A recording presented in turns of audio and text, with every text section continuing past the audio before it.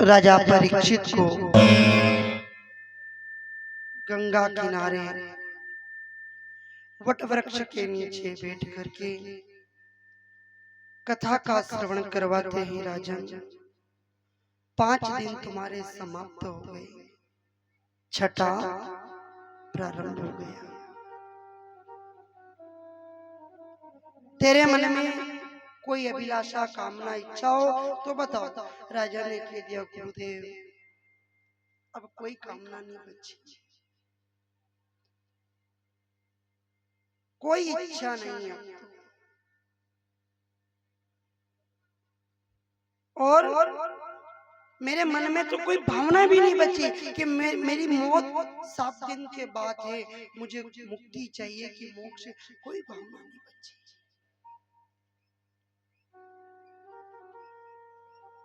क्यों?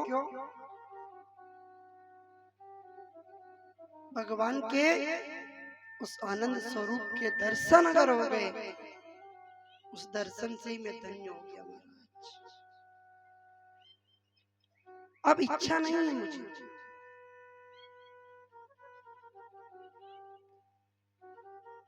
जैसे उसने गिरिराज को उठा करके सारे गांव के लोगों की, नंदगांव, गोकुल, बरसाना, वृंदावन की रक्षा करी। बस अब तो ये भावना रही कि परमात्मा जैसे तेने उस गिरिराज के नीचे सबकी रक्षा करी, ऐसे ही तो संसार की भी रक्षा करना। और कोई कामना नहीं। देखो, और जो वहां नगर के अंदर, गोकुल वृंदावन के अंदर जहां भगवान ने अपनी लीला धारण करी, वो लीलाधर ऐसा छाया महाराज। छोटे छोटे बच्चे उसको भगवान मानने लग गए, यहाँ तक कि नारियों ने भी लाज शर्म सब छोड़ दी महाराज। कहाँ पे? केवल भगवान के सामने। और उन्होंने एक ही निर्णय कर लिया कि जिसने इंद्र के प्रकोप से बचाया, जिसने कालिया नाग पर नृत्य करा और जिसने बड़े बड़े असुरों को बचपन में मारा, ये कोई साधारण नहीं है, ये परब्रह्म है। हमें परब्रह्म आज से कृष्ण को ही समझो। हमारे कान्हा ही सब कुछ है, प्रेम। सारी गोपियों ने भगवान को अपना सखा मान लिया। कोई कहे ये मेरा बेटा, कोई कहे ये मेरा भाई, कोई कहे ये मेरा भगवान। जिसको जिस भाव से देखना था ना, उस भाव से गोपियां भगवान को पूजने लगी। देखो आप। और महाराज सारी गोपियों ने, गोपियों का अर्थ क्या है मालूम है ना आपको? गोपियों का अर्थ संतों ने तो अनेकों निकाले, लेकिन कई महात्माओं ने एक अच्छा शब्द निकाला गोपी का। क्या? जो हमारे सारे दुखों का हनन कर दे और जो हमारी सारी पीड़ाओं का नाश कर दे। आंख बंद करो तो सामने दिखे, आंख खोलो तो वो सामने मिले, ऐसे को समर्पण करने वाली आत्मा को गोपी कहते हैं। समर्पण। उन्होंने विचार कर लिया, भले शरीर दुनिया का है पर मन तो कन्हैया का है। और उन्होंने विचार करा तो कात्यायनी देवी का व्रत करे और कार्तिक मास के अंदर यमुना नदी में स्नान करे। मेरा कान्हा ने देखा कि ये रोज 4 बजे उठकर ठंड के समय में कहाँ जाती है, देखना तो चाहिए। वो देखने के लिए गया। कात्यायनी का व्रत करने के लिए गोपियां जल में स्नान करती है महाराज। भगवान ने सारे कपड़े उठाकर कदम के पेड़ पर बैठ गए। ये सब स्नान करे ना, तो स्नान करते समय स्नान का मंत्र नहीं बोलते हैं। हमारे पुराणों में तो भोजन मंत्र भी है, तो स्नान का मंत्र भी है, उठने का मंत्र भी है, तो सोने का मंत्र भी है। हमारे वेदों में, सनातन शास्त्रों में तो सब मंत्र लिखा है। गोपियों को कोई मंत्र याद नहीं, कोई उन्हें ये याद नहीं कि हम कौन सा मंत्र। वो तो सब स्नान करें, बोले कृष्ण अपना बालक होता तो कितना अच्छा होता। ये कान्हा नंद जी के घर पे आया, बुढ़ापे में अपने घर आ जाता तो कितना होगा? बताओ। रिश्ता रिश्ता जोड़ने के विचार कर, कोई कहे मेरा बेटा होता, कोई कहे मेरा भाई होता।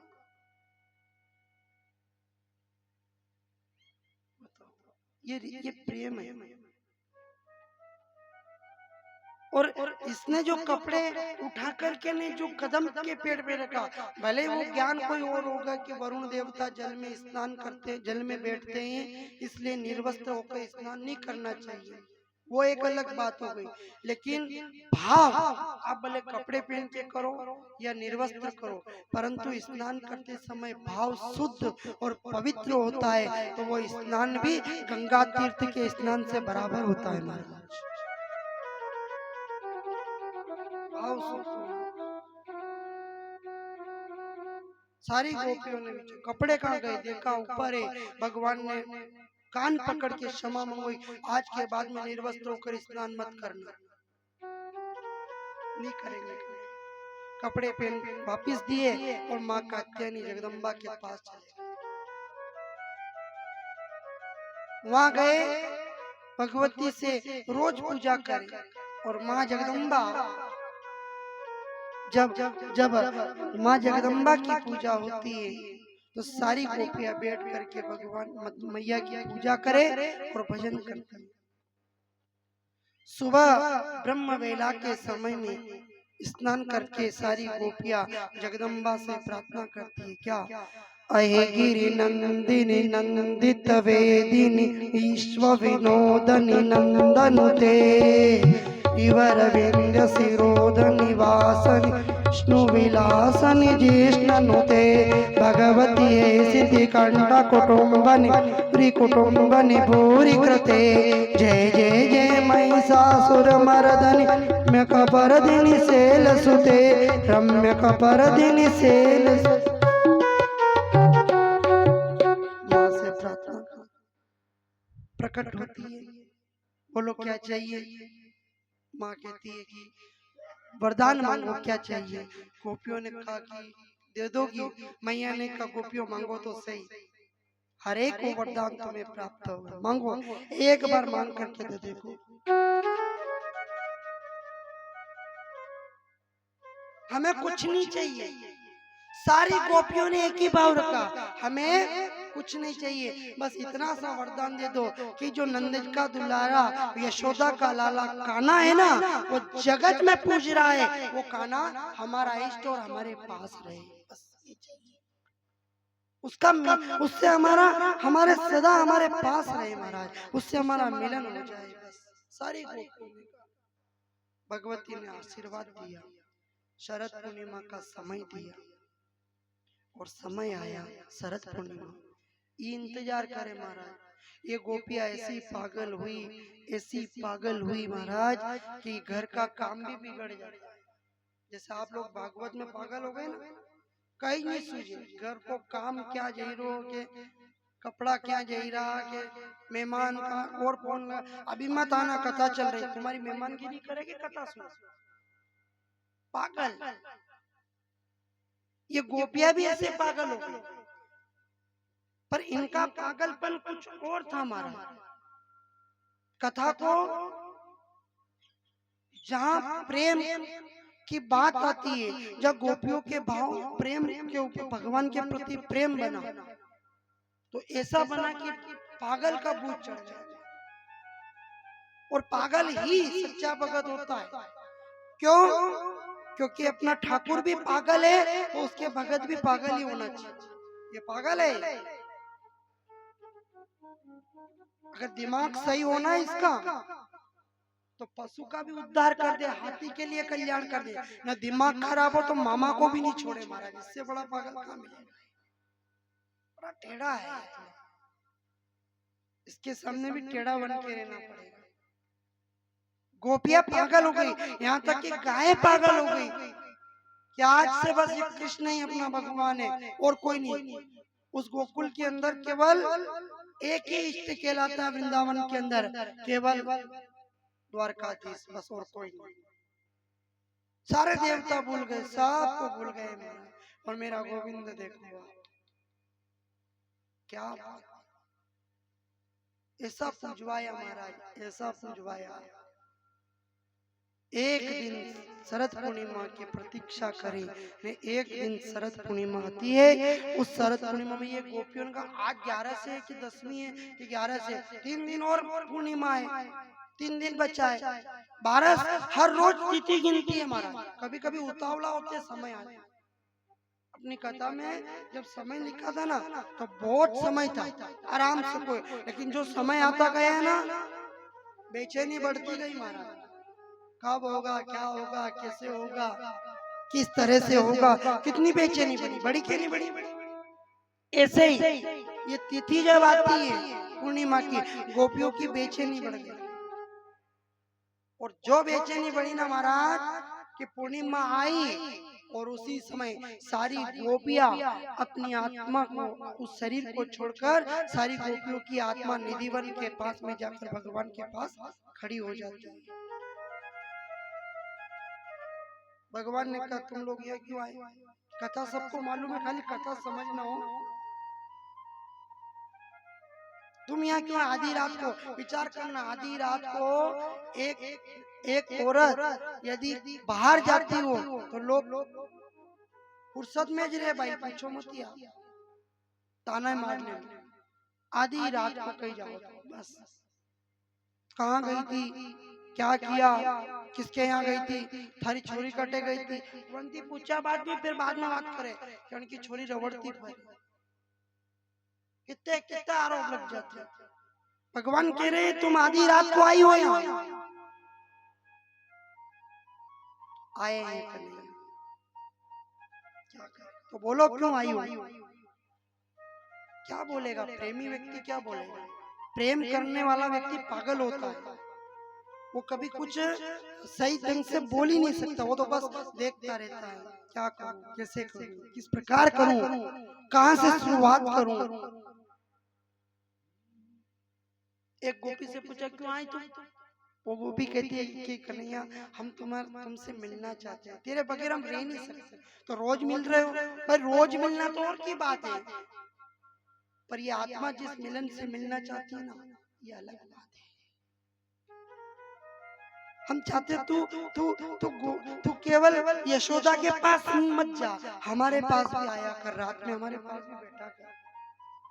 भगवान ने कहा रात में, आधी रात में किसी पराये व्यक्ति को बिठाओगे तो लोग तुम्हें क्या कहेंगे? बोले पराया। और देखो ध्यान से सुनना हो, बहुत सटीक कथा है, बहुत सटीक। लोगों ने तो बहुत इसको उड़ा दी कथा को, और जहाँ देखो वहाँ है ना बस राधे राधे जपो ने चले आएंगे बिहारी, बिहारी तो नहीं आए लेकिन दूसरा बिहारी आ जाए। बहुत बहुत इसको बहुत सटीकता से श्रवण कर लेना। जहाँ गोपियों से पूछा यहाँ क्यों आई आधी रात को, लोग क्या कहेंगे? तो गोपियों ने कहा कि लोगों के लिए तो हमने जवाब ढूंढ रखा है।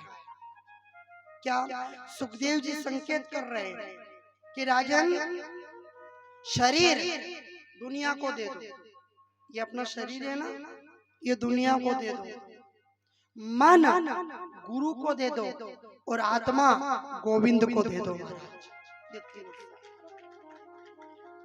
शरीर अपनो मकान ना के ना किराए मत दो, दे पर कैसा दे, ले लो, ये किराए का मकान है, ले लो, हमें पैसे देते रहना। ऐसे ही शरीर दुनिया वालों को दे दो, पति को दे दो, पिता को दे दो, बेटे को दे दो, ससुर को दे दो, जिनको देना हो उनको दे दो शरीर, पर मन गुरु को दे दो कि गुरु इसको सुधार दो। जैसे अपने घर की गाड़ी अपना से नहीं सुधरे, अपन घर को सुधार सकते हैं, सफाई कर सकते हैं, पर वह गाड़ी नहीं सुधार सकते। गाड़ी किसको देते हैं? मैकेनिक को। तो इसको सुधारो, तो गाड़ी मैकेनिक को दे दी, ठीक है। घर की सफाई अपने हवाले, और उस गाड़ी के जो कागज होते हैं रजिस्ट्रेशन, जो गाड़ी के नंबर के, वो तो आरटीओ के पास रहता है। पूरा समझना इस बात को, आपको ये प्रेम की कथा समझ में आ जाएगी। ऐसे ही हमें ये जो शरीर है ना, ये हमारा घर है, इस घर को आप अपने पति को दे दो, चाहे वो किराए से रखे, पिता को दे दो चाहे वो किराए से रखे, या सास ससुर को दे दो, यानी कि जमाने को ये शरीर दे दो, इससे जो करवाना करवा ले, रोटी बनवाना बनवा ले, भोजन करवाना करवा ले, घूमना जाना घूम ले, कोई भी काम करवाना ये कर ले। और मन गुरु को देना, मैकेनिक को देना। बहुत बिगड़ा हुआ है गाड़ी बिगड़ी हुई है, इस मकान में कमरे में पड़ी पड़ी सड़ गई है, जाम हो गई, तो वो मैकेनिक को दो, इसको सुधार, जैसे सुधारना सुधार दे। वो कह देगा कल सुधारू, परसों सुधारू, 8 दिन बाद, 10 दिन बाद, पर इसको सुधार करके देना हो। ऐसे ही मन को गुरु के हवाले कर दो, हे गुरु ये मन तुम्हारे हवाले, इसको सुधारो। जैसे भी सुधारना हो, इसके क्या है कि नट बोल्ट बड़े टाइट है, ये संसार के आवागमन के चक्र में ऐसा, जैसे स्पीड ब्रेकर और कच्चे रास्ते पे जब गाड़ी ठोकती है ना तो खराब हो जाती है, ऐसे संसार के आवागमन के चक्र के बंधन में ये मन ऐसा ढीला हो गया और ऐसा जाम हो गया। इसको गुरु तू सुधार देना, ताकि इस मन को सुधर गया तो आत्मा बिगड़ेगी नहीं, तो आत्मा गोविंद के हवाले हो जाएगी, वो आरटीओ के पास चली जाएगी। कौन? ये तेरी रजिस्ट्रेशन है, बोले गाड़ी चकाचक है, ये नंबर और ये प्लेट, कागज तेरे पास है, परवार अपना ले। आगे समझ में पूरा। गोपियों ने भी यही कहा है कि मैंने तन को लोगों को दे दिया है, और सारी गोपियां अपना तन छोड़ करके आत्मा निधिवन के अंदर लाई है। कथा में लिखा है, कोई वो आकी के आकी नहीं गई बटे, हाँ, शरीर जमाने को दे दिया, पति को दे दिया, सास ससुर पुत्र बेटा नाती गोती को दे दिया महाराज, और आत्मा भगवान के साथ। अब आप कहोगे कि मन कैसा था महाराज, आत्मा कैसा था, तो बताओ, अपन जब काम करते हैं तो उस समय रोटी बनाते तो अपने दिमाग में कितनी बातें आती है, अपना मन क्या करता है, आज कथा सुनने जाना है, जल्दी जल्दी रोटी बनाओ, आज ये करना है वो करना है, ये मन में करते हैं कि नहीं करते, और शरीर तो रोटी बना रहा है, शरीर तो अपना काम कर रहा है। ऐसे ही कथा में भी बैठते हैं तो मन का विचार होता है कि ये सुविधा हो तो अच्छी, ये सुविधा हो तो अच्छी, पर शरीर तो बैठा हुआ है, बेटा कि नहीं बेटा। ऐसे ही हमारे मन को में जैसा चलता है ना, शरीर एक जगह बैठता है और मन चलता है, ऐसे ही गोपियां अपनी आत्मा को भगवान के सप्रत किया और शरीर घर पे छोड़ा मारा, उसको प्रेम कहते हैं, समर्पण को प्रेम कहते हैं। गोपियों ने यही कहा कि कान्हा अब ज्यादा कुछ नहीं चाहिए, साथ चलने के लिए साथी चाहिए। कहा है किसी ने कि अगर साथ चलने के लिए साथी चाहिए और आंसू रोकने के लिए मुस्कान चाहिए, जिंदा रहने के लिए जिंदगी चाहिए और जिंदगी जीने के लिए कन्हैया तेरा प्यार चाहिए, तेरा प्यार और कुछ नहीं। हमें ये दुनिया वाले क्या प्यार करेंगे, ये तो तब तक करेंगे जब तक अपन चल रहे, उसके बाद तो कोई नहीं करने वाला। भगवान ने कहा प्रेम का मतलब जानती हो, और आप भी समझ लेना प्रेम का क्या मतलब है। क्या मतलब प्रेम का? ये छोरा छोरी नए नए काम कर रहा है, यो प्रेम, माँ बाप के खिलाफ जा रहा है, ये प्रेम, या वो व्हाट्सएप पे चलता आजकल, किसी को पता ही भी नहीं चले महाराज, हाँ वो प्रेम, या माँ बाप के खिलाफ कॉलेज में से लड़के लड़की भाग के चले जाते हैं, वो प्रेम, उसको प्रेम कहेंगे। अगर उसको प्रेम कहेंगे तो काम वासना और हवस किसको कहेंगे? प्रेम की अलग बात होती है। प्रेम में हमेशा भगवान की प्रतिमा दिखाई देती है, प्रेम में हमेशा आनंद दिखाई देता है, प्रेम में त्याग की भावना रहती है, प्रेम में कोई चाहत नहीं होती महाराज, और जहाँ चाहत होती है वो प्रेम नहीं है महाराज। इसलिए ध्यान रखना, दुनिया में ये जितने भी चल रहे हैं ना, ये प्रेम नहीं है, ये सब दिखावा, छल कपट, न जाने क्या क्या नाम। पर लोगों ने तो कह दिया बस अंतिम मन प्यार वही क्यों, कहीं नहीं जानते फटा को प्यार वही क्यों, थोड़ा दिन चलेगा फिर वो का प्यार बताओ। क्या प्यार? प्यार किसको कहते हैं? प्रेम किसको कहते हैं? प्रेम किया था गोपियों ने, प्रेम किया था वृंदावन के लोगों ने, प्रेम किया था बड़े बड़े भक्तों ने जो आप नाम सुन चुके हैं। हम क्या प्रेम करें? दिखावा। कृष्ण ने तो करियो तो प्रेम नहीं।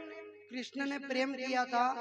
और एक बात बताओ, एक चीज पूछते हैं आपसे, अगर आपके घर में कोई डॉक्टर आ जाए या आप डॉक्टर के पास जाओ और डॉक्टर से कह दो कि साहब मुझे बहुत बुखार चढ़ा, तो हम डॉक्टर हमारा हाथ पकड़ेगा, नस पकड़ेगा, पकड़ेगा ना? कभी कभी वो तो अपने को चीरा भी लगा देगा। डॉक्टर को कुछ कहेंगे अपन? उसके क्लिनिक पर गए, उसके अस्पताल में गए और उसको कहा कि डॉक्टर साहब जरा संभालो, मुझे बहुत बुखार है, मैं रात भर सो नहीं पाई। पकड़ेगा कि नहीं? बोलो हाँ करो, आज लास्ट दिन है। और वही डॉक्टर रोड पे जा रहा हो ना, हाथ पकड़े तो डॉक्टर वही, तो अस्पताल में बैठा, हाथ पकड़ा, बुखार है, यहाँ लगाया, ऑपरेशन करना, पेट को चीर देगा। एक व्यक्ति उसके पास पूरा निर्वस्त्र हो जाए, डॉक्टर जैसा चाहे तू कर, तो वो करेगा, तो उसको चीर करके उसको अंदर की बीमारी निकाल करके फिर उसे जीवन दान देगा। तो हम डॉक्टर को क्या मानेंगे? भगवान। ने वही डॉक्टर यदि रोड पे मिल जाए ना, अपना हाथ पकड़ ले, तो बोलो क्या करेंगे अपन? आ रही समझ में कथा? ये वही कथा है जो सब गाते भी हैं। जहाँ डॉक्टर हाथ पकड़ रहा है ना, उसका क्लिनिक होना चाहिए, उसका स्थान होना चाहिए, उसका समय होना चाहिए। और आज गोपियों ने ये बात कही है कि देख कन्हैया, आज तू हमारा डॉक्टर है और हमारे अंदर बड़ी बड़ी वेदना है कि तू हमें प्राप्त हो जाए, बड़ा दर्द है, हमें दुनिया से कोई मतलब नहीं। कहा है कि जगत के रंग को क्या देखूं, बस तेरा एक बार ही काफी है, और दुनिया से प्यार क्यों करूं, तेरा प्यार ही काफी है। हम क्यों करें महाराज, क्यों जगत से प्यार करें? समान क्लिनिक तेरा है, अस्पताल तेरा है, और डॉक्टर तू बैठा है। इसलिए रोज मिलने वाले काना से आज नहीं मिलने आई गोपिया, एक डॉक्टर से मिलने के आई गोपिया। और जो मेरे गोविंद ने कहा, एक बार और सोच लो। और ये प्रेम की परिभाषा मैया बड़ी गलत तरीके से बताई, तो आज के हमारे छोटे छोटे बच्चे उसको प्रेम करो। प्रेम प्रेम की भावना कहाँ से प्रकट होती है? आंख से। आंख से जो देख लिया वहां से ही वो प्रेम शुरू होता है। चाहे वो आप माँ को देखो, बेटे को देखो, पत्नी को देखो, बहू को देखो, परिवार को देखो, पड़ोसी की लड़की को भी देखो आप, पर देखने का नजरिया सही होना चाहिए, देखने का नजरिया। और वो सही हुआ तो वो भाव सही होगा। आपने गलत तरीके से देखा है तो परिणाम गलत आएंगे, सही तरीके से देखोगे तो परिणाम सही आएगा। भुगतना भी पड़ेगा अगर गलत देखा तो। देखने का तरीका सही होना चाहिए। कहा है किसी ने कि नजर अगर सही है तो नजरिया बदल जाएगा और उजड़े हुए गुलशन में गुलो गुलजार खिल जाएगा। आपका नजर सही होना चाहिए, पर हम देखने का तरीका ही पूछो ही मत, बदल दिया सब। इसलिए वो प्रेम भावना हम समझ नहीं पा रहे कि प्रेम क्या है। प्रेम परमात्मा तक जाने का एक सुगम रास्ता है। प्रेम भगवान से संबंध बनाया जाता है, रिश्ता बनाया जाता है। प्रेम में भेद नहीं है कि नारी है कि पुरुष है, लड़का है कि लड़की है, पशु है कि पक्षी है, अमीर है कि गरीब है, ऊंचा है कि नीचा है। नहीं, प्रेम में का एक शब्द होता है भावना, और वो भावना कैसे जुड़ी होनी चाहिए इसका तरीका हमें अपनाना चाहिए। इसलिए प्रेम को गलत तरीके से मत अपनाओ। आ रहा है जमाना और रोज पेपर में सुनते हैं महाराज, और अब पेपर भी रोज मोबाइलों में भी चलता है, आज वहां से भाग गई ने, आज वहां से भाग गया ने, आज ऐसा हो गया ने। आज पूछो कि कृष्ण ने भी ऐसा प्रेम किया था कि उन्होंने 1600 गोपियों के साथ रास किया। हम करे तो क्या करे, तो कृष्ण ने तो अत्याचारी दुष्टों का दमन किया था, कृष्ण ने तो पूतना का जहर पिया था। तू खाली एक सल्फास की गोली खा ले, मालूम पड़ जाएगा उसकी बराबर तुलना करने से। प्रेम की तो बड़ी महिमा है महाराज। और देखो इस प्रेम में भगवान ने कहा कि चलो ठीक है, अगर ऐसी बात है तो आज सारी गोपियों का इलाज हम कर देते हैं। तो भगवान ने उन सारी गोपियों का इलाज किया। निधिवन के अंदर शरद पूर्णिमा के दिन श्री राधा जी के साथ में जो रास प्रारंभ किया, उस रास में संसार की समस्त नारियां जो 5 वर्ष से 80 वर्ष तक की बुढ़ी अम्मा है, वो भी उस रास में चलने लगी। क्यों? क्योंकि आज भगवान स्वयं सारे भावनाओं को आनंद प्रदान करने वाले। नारियों के साथ तो बड़ा, नारियों की भावनाएं अति उत्तम होती है महाराज, और इन्हीं की वजह से भगवान पहले आते हैं। देखना जब जब ग्रस्त जीवन में जिए हैं, भगवान इनकी वजह से आए हर जगह। तो ये क्यों आए? क्योंकि प्रेम है, वात्सल्य है, और हर नारी के अंदर वात्सल्य और प्रेम होता है ना। उस प्रेम और वात्सल्य के अंदर ममता का एक स्वरूप होता है। उस ममता को पहचानो, उस ममता की आकृति को जानो, तो आनंद आएगा, तो रस आएगा। इस महाराज ने ऐसा मत समझो कि कृष्ण के साथ में डंडे खेले तो हम भी खेल ले, उसने ऐसे करा हम भी कर, नहीं, बिल्कुल संकल्प कला भागवत का अपमान होगा। और तो और पहले महाराज की कथा केवल निधिवन के अंदर करी जाती थी, लेकिन यहाँ पर आजकल ये फिल्मी गानों के तर्जों पे खूब करते जा रहे कथा। देखो खूब न, कोई नाचो कूदो खेलो, वो नाचने की जिंदगी बर्बाद कर दी। नाचने का काम कहने से थोड़ी होता। माँ अपने बेटे को भोजन बेटे के कहने पे थोड़ी कराएगी, उसको मालूम है कि इसको किस टाइम पे दूध पिलाना है, उसी टाइम पे माँ दूध पिला देगी। ऐसे ही भागवत में भी भक्तों के हृदय के अंदर जब भक्ति जाग जाएगी तो खुद भगवान के सामने नतमस्तक हो जाएगी। कथा ऐसी है, बोरिंग कथा है अपनी तो, पर ऐसा है। राजा परीक्षित को कहा कि राजन ये महाराज की कथा देखो, और इस महाराज की कथा के अंदर जब भेद नहीं होता है, वो सब जैसे कथा के अंदर अपन बैठते हैं ना, तो यहाँ सब समानता से बैठते हैं। इधर ऐसा नहीं होता कि इधर नारी बैठेगी नहीं इधर पुरुष बैठेगा, सब बराबर बैठते हैं, सब बराबर। वो जिमने के लिए जाओ वहाँ पंगत लगती है कि आदमी आदमी सब वहीं बैठो, औरतें औरतें सब इधर बैठो, परोसने वाले औरतों में औरतें परोसेंगी, आदमियों में आदमी, वहाँ होता है, यहाँ थोड़ी होता, क्योंकि यहाँ तो सब समान है महाराज, और इसकी नजर में सब समान है, तो सबके लिए ये रास खुला रहता है। तो उधर सारी देवियां तैयार हो जाती है, और इधर माता पार्वती भी श्रृंगार करके और चलने लगी रास में। तो भोलेनाथ के रख देवी आज कटे बिना बताए, आदमी चली जाए नहीं भाई तो कोई दिक्कत नहीं वगैरह बताए, यहाँ क्या वेगा आई में के घूमी रहेगा, न औरत चली जाए तो तूफान आ जाता है कि न जाने कहाँ चली गई होगी, कटे गई होगा, कंती बात कर रही होगा, योज सब काम योज करेगा। नवरीज बेटी देखा नारिया जो गलत रास्ते को अपनाई, पर दिमाग में संदेह होता है। भोलेनाथ के मन में भी हुआ किधर, तो पार्वती गई, क्यों क्यों क्यों बताऊं तुम्हें, आपे बताया तो मैंने कि बताया था, बस आप बालक के दर्शन करने गए थे, आज हम परमात्मा के दर्शन करके रास में जा रहे हैं। भोलेनाथ ने कहा हम भी चले, माँ ने मना कर दिया नहीं। भोलेनाथ ने कहा देवी ले चलो ना, मैया ने कहा नहीं, आप ले गए थे हमको क्या, हमने खूब विनती करी, ले गए आप, नंदी को ले गए, मुझे नहीं ले गए।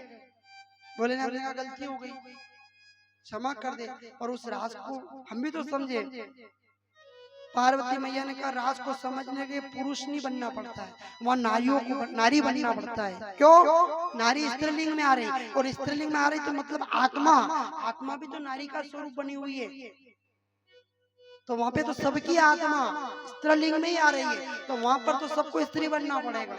तो समझना, अब आप तो पुरुष हो, भोलेनाथ ने कहा मुझे नारी बना दो, नहीं बना सकता। भाव देखो, समझो, चलने की उतावल। माँ ने कहा कि वहाँ पे भोलेनाथ मैं चाहकर भी आपको नहीं ले जा सकती हूँ। क्यों? क्योंकि आप तो पुरुष हो, वहाँ नारी है, और वहाँ ऐसी नारी नहीं आती हो भाई। हाँ भैया, ऐसी नारी नहीं है कि अन्य को सोना पहन लो, बड़ी बड़ी माला पहन लो, लाख लाख रुपए की साड़ी पहन लो, ने पाउडर क्रीम ने काजल ने लिपस्टिक ने सब चौपड़ लो पचे जाओ बटे। वहाँ ऐसी नारियों की जरूरत नहीं उस रास में। वहाँ तो भावना की, रसना की, रसना की, ज्ञान की, वैराग्य की, समर्पण की, त्याग की, ऐसा श्रृंगार करके अगर उसमें जाओ तो मेरा गोविंद उस रास में आपको सम्मिलित करता है महाराज। उस रास भोलेनाथ को समझा रहे, बाबा जी आपसे नहीं होगा।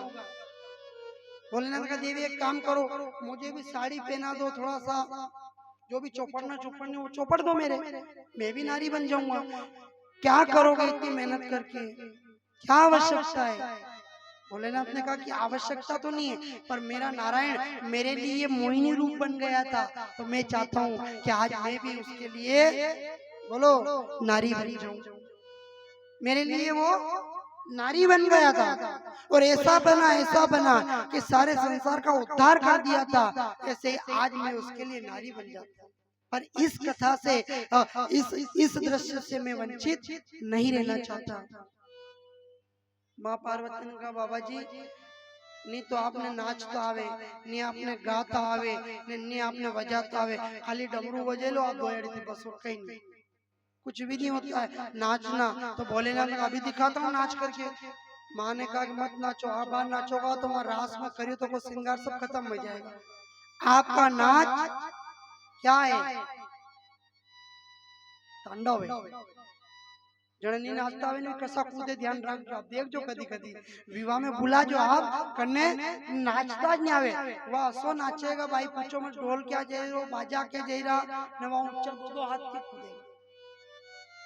जिसको नहीं नाचना है उसको नचाना आपको समझ में आ जाएगा। बाबा जी को भी नाचना नहीं आता मेरे भोलेनाथ को, वो तो एक ही नाच नाचता है बस, तांडव। माँ समझा रही, बाबा जी ने कहा तू मन खाली बस कपड़ा पहरे दे, अस्सी लगूंगा कि वहाँ वृंदावन के गोपी जो पहना तो सही। पार्वती मैया ने उसको इतना अच्छा श्रृंगार किया महाराज कि माता पार्वती की साड़ी पहना दी, उसका श्रृंगार कर दिया, जुड़ा बांध दिया, पायल बांधी, एक वो गले में लटकाते क्या बोलते कमर पे उसको कंदोरा, माला पहना दी, नथली पहना दी, और एक हाथ में वो क्या बोलते टड्डा, हमारे उधर टड्डा बोलते हैं, कई काम रो सो कड़ो कड़ो पेरिया करो। बताओ श्रृंगार की बहुत सारी चीजें, पर वो टड्डो पेरे खाली मन जा से पुलिस वाला की बार हथकड़ी बेच सोच लागे वो टड्डो वो पहना दिया। और भोलेनाथ को कहा कि देखो बाबा जी वहाँ कहीं नहीं करोगा, बाबा जी के पास त्रिशूल भी नहीं मारा है, और कह दिया कि महादेव आपने नाचता आवे तो नाच जो, नहीं तो रेकाड़ी उबारी जो। भोलेनाथ ने जैसे कहा तू जो कहेगा वो करूंगा बस, और खाली वाली रास के अंदर ले जा। और जैसे भोलेनाथ को माँ पार्वती ले जाने लगी तो क्या कहते सुखदेव, बांध के जूड़ा पहन के साड़ी चाल चले मतवाली, बिरज में आ गए, बिरज में आ गए, बेंच के पूरा पहन के साड़ी चाल चले मतवाली, बिरज में आ गए, बिरज में आ गए। एक दिन वो भोला भंडारी, एक दिन वो भोला भंडारी बन के सुंदर नारी बिरज में आ गए, बिरज में आ गए। एक दिन वो भोला भंडारी बन के सुंदर नारी बिरज में आ गए, बिरज में आ गए।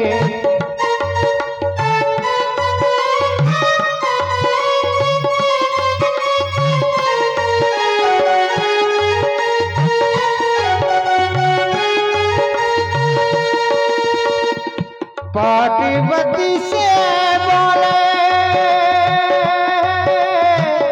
मैं भी चलूंगा तेरे साथ में, तेरे साथ में।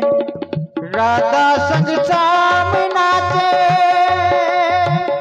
मैं भी नाचूंगा तेरे साथ में, तेरे साथ में। रास रचेगा ब्रज में भारी हो, रास रचेगा ब्रज में भारी। हमें दिखाओ प्यारी बिरज में आ गए, बिरज में आ गए। एक दिन वो भोला भंडारी बन के सुंदर नारी बिरज में आ गए, बिरज में आ गए।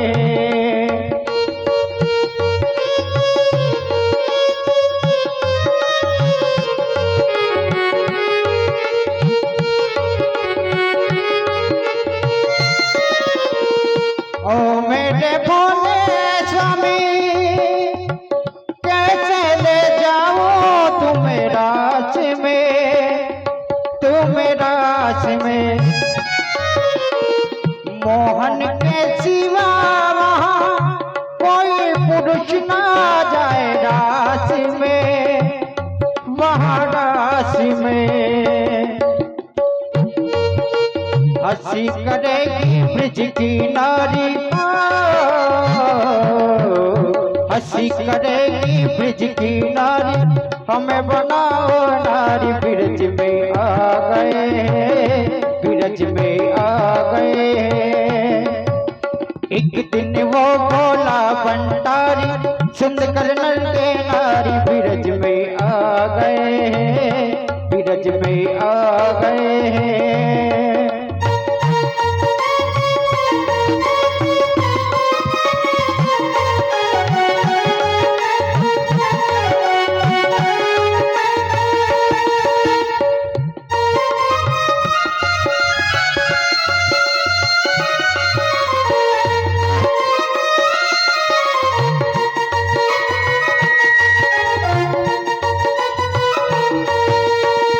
हंस के सती ने बोले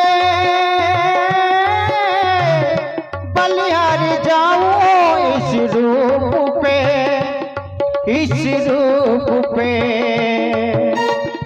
एक दिन तुम्हारे लिए आए मुरारी इस रूप में, इस रूप में।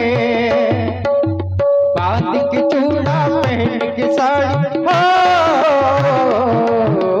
बांध के चूड़ा पहन के साड़ी। चाल चले मतवारी बिरज में आ गए, बिरज में आ गए। एक दिन वो भोला भंडारी बन के सुंदर नारी बिरज में आ गए, बिरज में आ गए।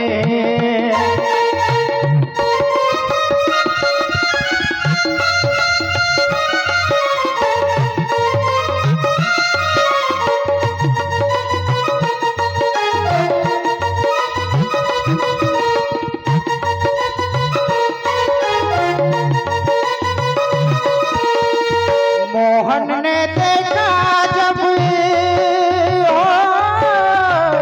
समझ गए वो सारी बात, वो सारी बात को।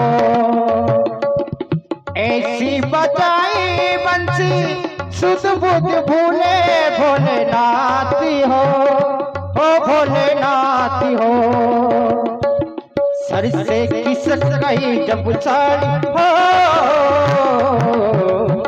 सर से खिसक गई जब साड़ी,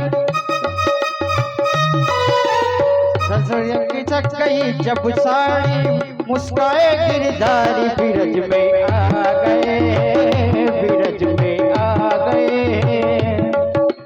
एक दिन वो भोला भंडारी बन के सुंदर नारी बिरज में आ गए, बिरज में आ गए।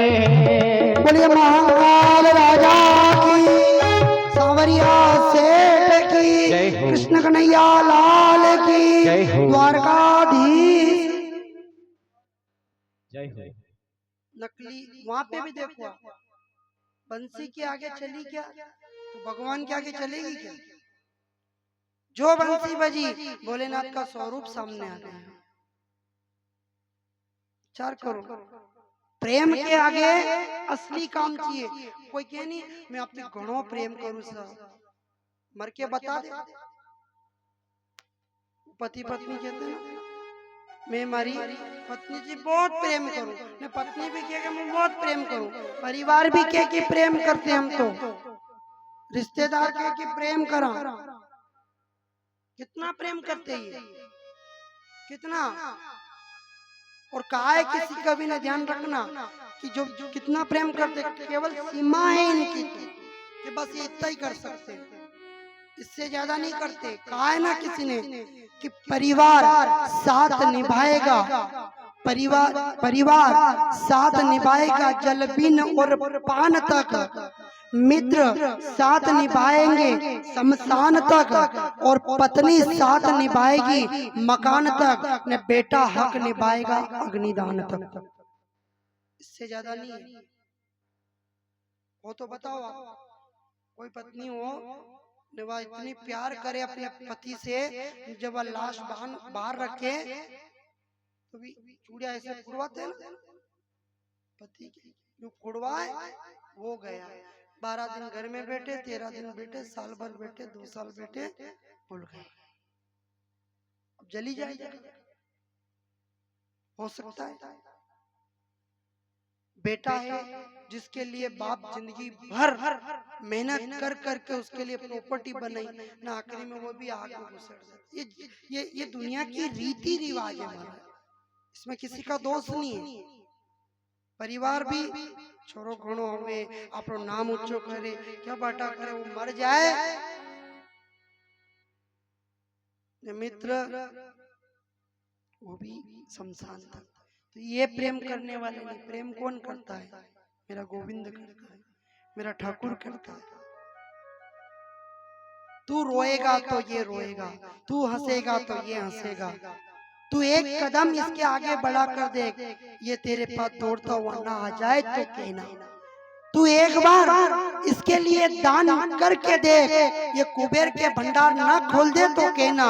तू एक बार इसके नाम का सुमिरन करके तो देख, अगर वेदों की भाषा ना दे दे तो कहना। तू एक बार इसके लिए घर छोड़ करके तो देख, तेरे लिए स्वर्ग ना बना दे तो कहना। तू एक बार इसके लिए कोई गलत शब्द सुन करके तो देख, ब्रह्मा जी का ब्रह्म वाक्य न दे दे तो कहना। तू एक बार इसके सामने आकर तो देख, तुझे भव से पार ना कर दे तो कहना।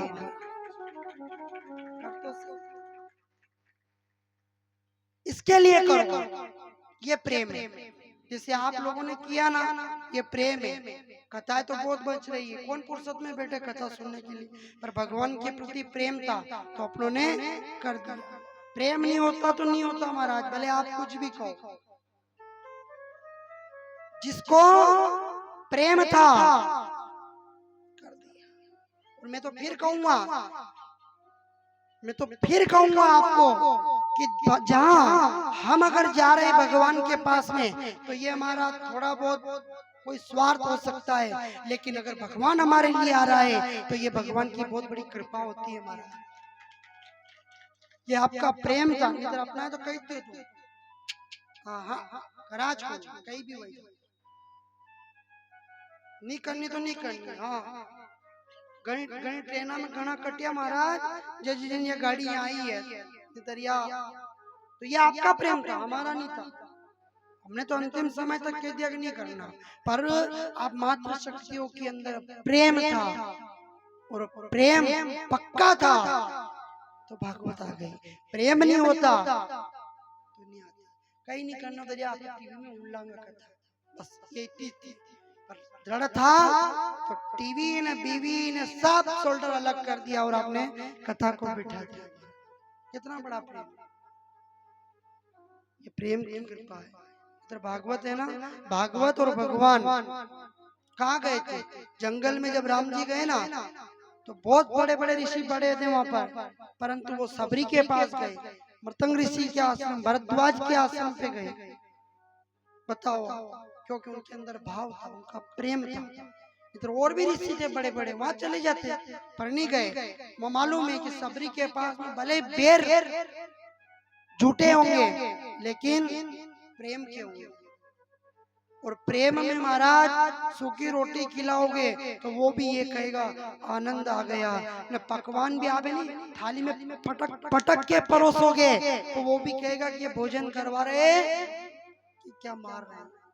वो स्वाद नहीं आएगा, स्वाद प्रेम में आता है। आज भोलेनाथ ने भगवान के सामने कह दिया, महादेव के महादेव ने कि हे कन्हैया तेरी बंसी की इतनी ताकत है कि मेरा सारा श्रृंगार हटा करके मेरा वास्तविक रूप लिया है, तो तुझमें कितनी ताकत होगी। तो भगवान ने कहा कि मेरी शक्ति महादेव आप हो, और आप आज से इस वृंदावन में गोपेश्वर महादेव के नाम से जाने जाओगे। महाराज शिव शिव के बिना अधूरा है, और शिव जीवात्मा के बिना अधूरी है, और जीवात्मा परमात्मा के बिना अधूरा है। सुखदेव जी कहते हैं, राजन इस प्रकार भगवान ने उस वृंदावन के अंदर अनेकों लीला करी, और उस लीला में आज एक ऐसी लीला आई है महाराज, पूछो। कदम के पेड़ के नीचे वृंदावन के अंदर पूरा संसार सो गया, और मेरा गोविंद अपनी बंसी को बजा रहा है। वो बंसी बज रही है महाराज, और जो बंसी बज रही है ना, तो जहां जहां रोज बजती है वहां आज उसका रूप अलग है। और जो जैसे वो बजाता है मेरा गोविंद, थोड़ी देर बाद फिर हाथ से छूट जाती है। जो बजाता है छूट जाती है। बलराम जी गए और भगवान से कहा, क्यों रे कन्हैया ये तेरी बंसुरी आज कुछ अलग ध्वनि अलग स्वर निकाल रही, क्या बात है?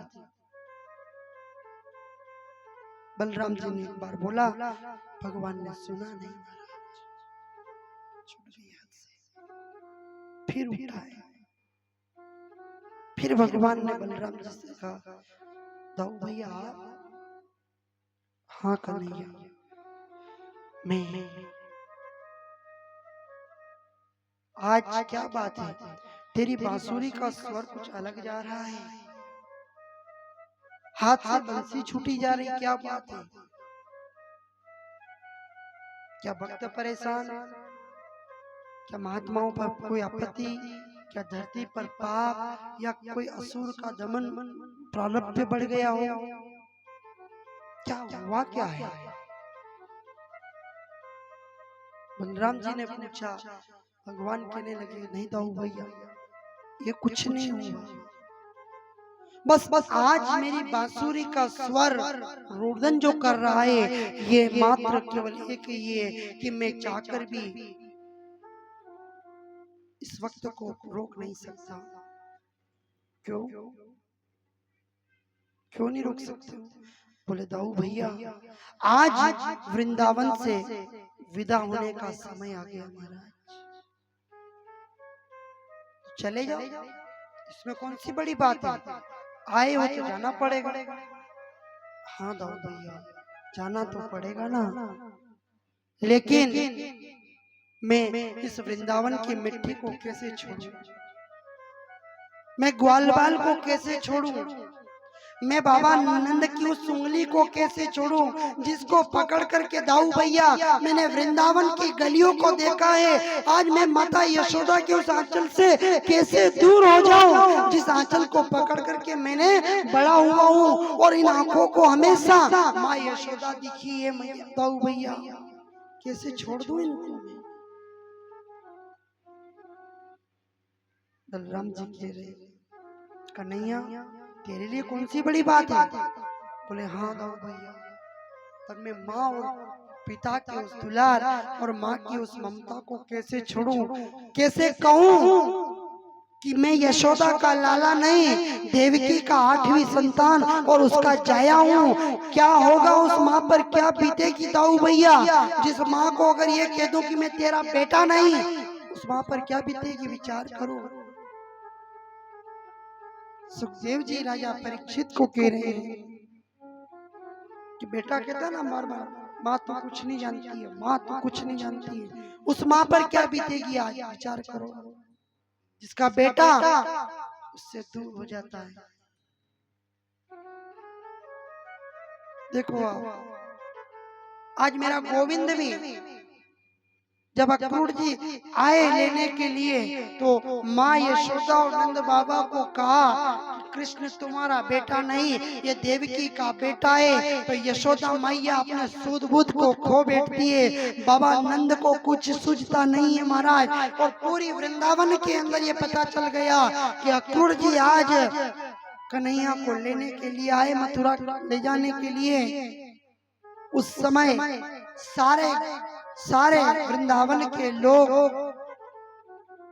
भगवान के घर के पास खड़े हो गए, और इधर मेरा गोविंद बलराम के साथ में माँ यशोदा के पास जाकर कहता है माँ।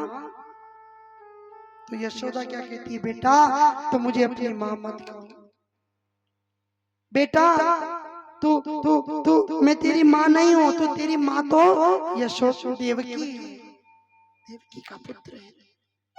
दुनिया क्या कह रही है? यशोदा मैया कहती है बेटा मुझसे बड़ा अपराध हो गया, डंडे से तुझे मारा है, उखल से तुझे बांधा, लोगों के ताने से तुझे मैंने पीटा है। हे काना मेरे से भूल हो गई, मुझे क्षमा कर देना। जब माँ क्षमा मांग रही ना तो मेरे कन्हैया की आंखों से अश्रुओं की धारा बहने लगती है। अरे मैया, एक माँ अपने लाल से क्षमा मांगे, उस पुत्र को तो 100 बार धिक्कारे महाराज, 100 बार धिक्कारे। अरे मैया मैं तेरा बेटा हूँ, भले लोग मुझे देवकी का जाया कहता होगा, पर दुनिया में लोग मुझे यशोदा का लाल ही कहेगा।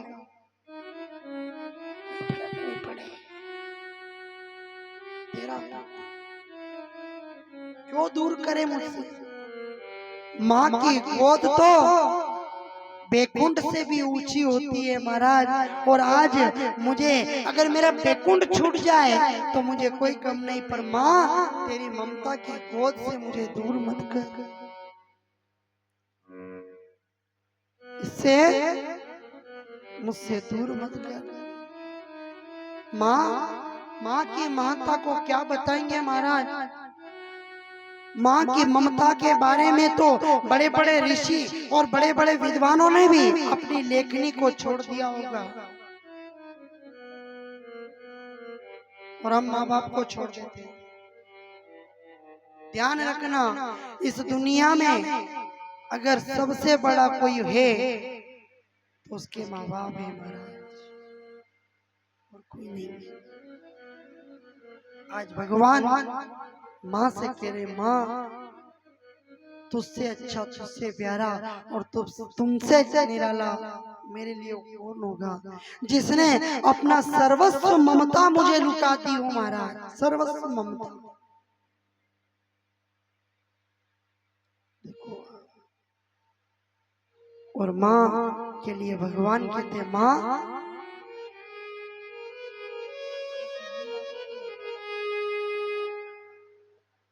तू कितनी अच्छी है, तू कितनी मोटी है, प्यारी प्यारी है ओ माँ,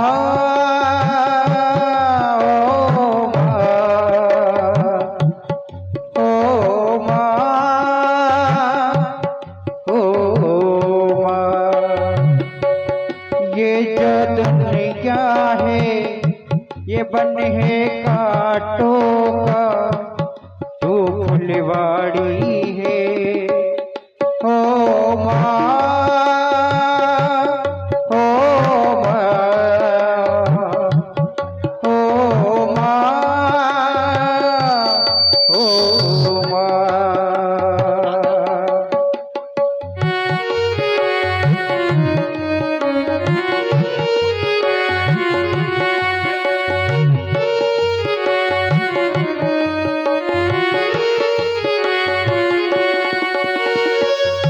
दुखने लागी है माँ तेरी अखिया, दुखने लागी है माँ तेरी अखिया, मेरे लिए जागी है तू सारी सारी रतिया, मेरे लिए जागी है तू सारी सारी रतिया, मेरी निंदिया पे हो अपनी निंदिया भी तूने वारी है ओ माँ, ओ माँ, ओ माँ, ओ माँ।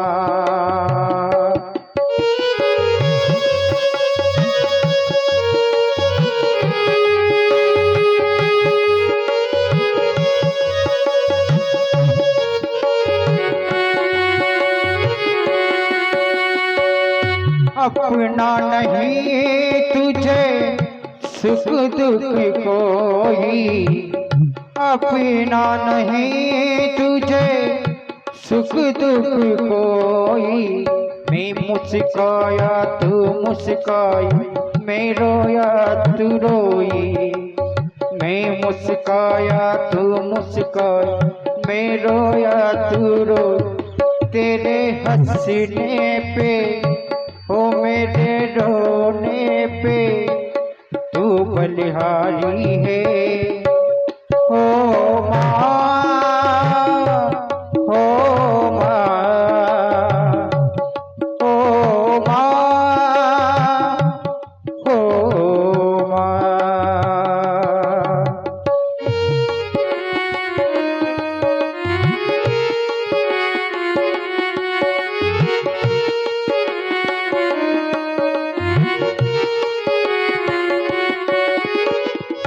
माँ बच्चों की जा होती है, माँ बच्चों की जा होती है, वो होते हैं किस्मत वाले जिनकी माँ होती है, वो होते हैं किस्मत वाले जिनकी माँ होती, हो तेरे डोले पे हो तेरी सूरत पे मैं बलिहारी हूँ हो माँ, हो माँ, हो माँ, हो माँ। हो तू कितनी अच्छी है, तू कितनी प्यारी है, प्यारी प्यारी है ओ माँ, ओ माँ, ओ माँ, ओ माँ, ओ माँ, ओ माँ, ओ माँ, ओ माँ। बोले कृष्ण कन्हैया लाल की। आज भगवान से मैया यशोदा ने, यशोदा मैया से भगवान ने विदाई ली। बाहर नंद बाबा को प्रणाम किया, कहा कन्हैया तुम जा रहे हो? बोले हाँ। कब कब कब आओगे? बोले अरे कन्हैया बाबा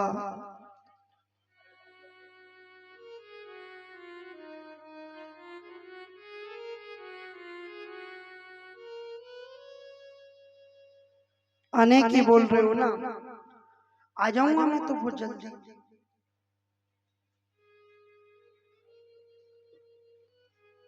इधर गांव के कुछ लोगों से भगवान मिलते हैं, सबकी आंखों में आज गोविंद को विदा की अश्रुधारा बह रही है। सब कैसे जाऊं छोड़ के, जहाँ प्रेम मिला, जहाँ जहाँ मुझे आज संसार का सारा आनंद जिस वृंदावन में मिला हो उसे कैसे छोड़। आज वृंदावन की धूल भी है ना, हवा का झोंका लेकर के वो धूल भी उड़ उड़ करके मेरे गोविंद के चरणों में आ रही है।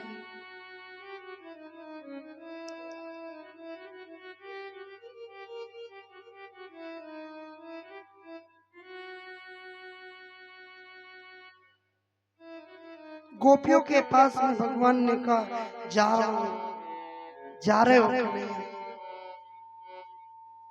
तेरा जाना हमें गवारा नहीं हो रहा है।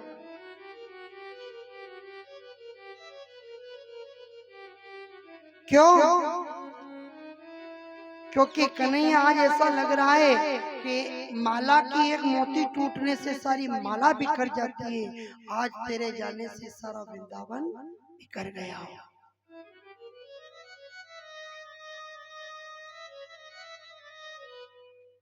कैसे रह पाएंगे हम लोग?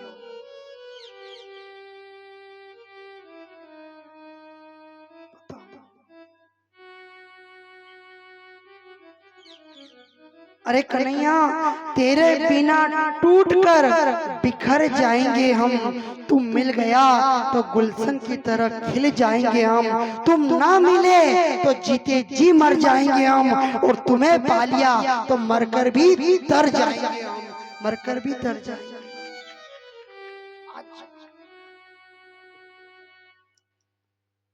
भगवान ने कहा चिंता मत करो, आज नहीं तो कल, न कल नहीं तो परसों, 2-3 दिन में काम निपटा कर आ जाऊंगा। उन्होंने विचार किया यूं जाने नहीं देंगे, प्रेम की जंजीर पड़ी है ना, उसको कोई तोड़ नहीं सकता है, तो यूं जाने नहीं देंगे। इसलिए आज भगवान ने गोपियों से कह दिया कि 1-2 दिन बाद आ जाऊंगा मैं। भगवान गए साहब, कहाँ गए? मथुरा की तरफ।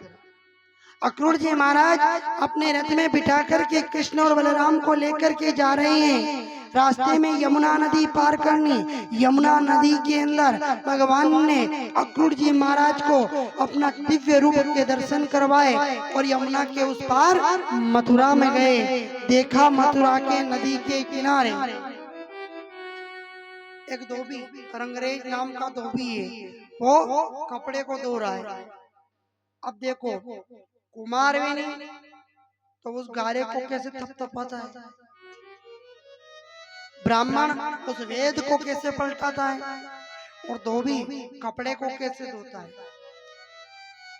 डॉक्टर मरीज से भावना से इलाज नहीं करेगा, डॉक्टर मरीज पर कठोरता रख करके इलाज करे तो मरीज सही होता है। ऐसे ही रंगरेज नाम का धोबी जो था वो राजा कंस के कपड़े को धो रहा था। उसके धोने का तरीका ये है, जैसे घुमाए ने फिर पटके, घुमाए ने फिर पटके मारा।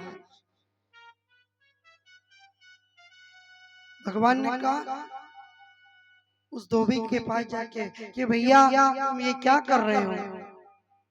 बोले कि हम ये महाराजा के कपड़े धो रहे हैं। अच्छा कपड़े धो रहे हो? अरे ये कपड़े को धो रहे हो कि तुम कपड़े को मार रहे हो? बताओ। बोले ये राजा के कपड़े हैं, बड़े भारी हैं, बड़े वजनदार हैं महाराज, इसलिए उठा उठा के धो। बड़े उठा उठा करके धोना पड़ता है। उन्होंने कहा एक आधी ड्रेस माने दे दो। भगवान ने कहा एक आधा कपड़ा हमें दे दो, हम भी पहने। वो सारे कपड़े राजा के पास में। वो काम कर रहा था बेचारा, उसको क्रोध आ रहा पहले तो कपड़े धोने में। वहाँ को वो इलेक्ट्रॉनिक वाली मशीन तो थी नहीं जो बटन दबाए ना चल जाए धोवा जाए, उसको खुद को धोना था। उसने कृष्ण से कहा कि देखो बालको, तुम यहाँ उद्दंडता मत करो और चुपचाप निकल जाओ यहाँ से। ये कपड़े राजा के, कोई तुम्हारे बाप ने देखे ही नहीं होंगे ऐसे कपड़े। जब बाप की बात आई,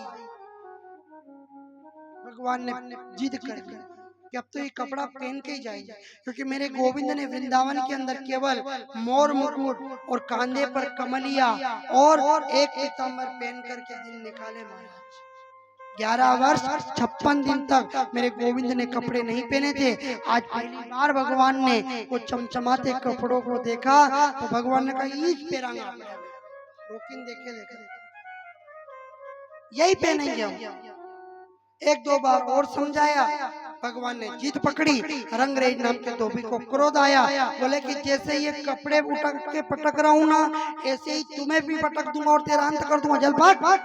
क्या तेरे माँ बाप ने तुम्हें कोई संस्कार नहीं दिया? उस समय भगवान को लगा कि मेरी मैया यशोदा के आन की बात आ गई। उसी समय मेरे गोविंद ने रंगरेज नाम के धोबी से कहा कपड़े दे रहे हो कि नहीं दे रहे हो? बोले कि नहीं दे रहा हूँ। उसी समय मेरे गोविंद ने उस धोबी के पांव को पकड़ करके आकाश मार्ग में घुमाते हुए उसी शिला पर पटक दिया महाराज। उसका अंत हो गया। रामा अवतार मत समझना इसको कि क्षमा कर देगा, हाथ जोड़िया कि क्षमा हो जाएगा। कृष्ण कहते इसको दुनिया का सबसे बड़ा चोर भी अगर हुआ तो सांवरिया सेठ हुआ, और दुनिया का सबसे बड़ा राजा भी हुआ तो सांवरिया ही हुआ, और दुनिया का सबसे बड़ा मनमानी हुआ तो भी ये गोविंद ही हुआ है महाराज, और कोई नहीं हुआ। ध्यान रखना। इसलिए रंगरेज धोबी का अंत आगे गए। आगे जाने पर उन्हें एक जो कंस ने धनुष यज्ञ करने का संकल्प लिया, वो धनुष रखा हुआ था। 10,000 राजा उस धनुष की रक्षा कर रहे थे महाराज। भगवान ने जाके कहा क्या है ये? बोले धनुष है। हम उठा ले। वो राजा हंसने लगे, हम 10,000 लोगों ने मिलकर के केवल इसको उठा करके लाए तो भी तकलीफ हो गई महाराज, तो ये छोटा सा बालक धनुष को क्या उठाएगा? एक ने बोला उठाने तो दो, मालूम पड़ेगी।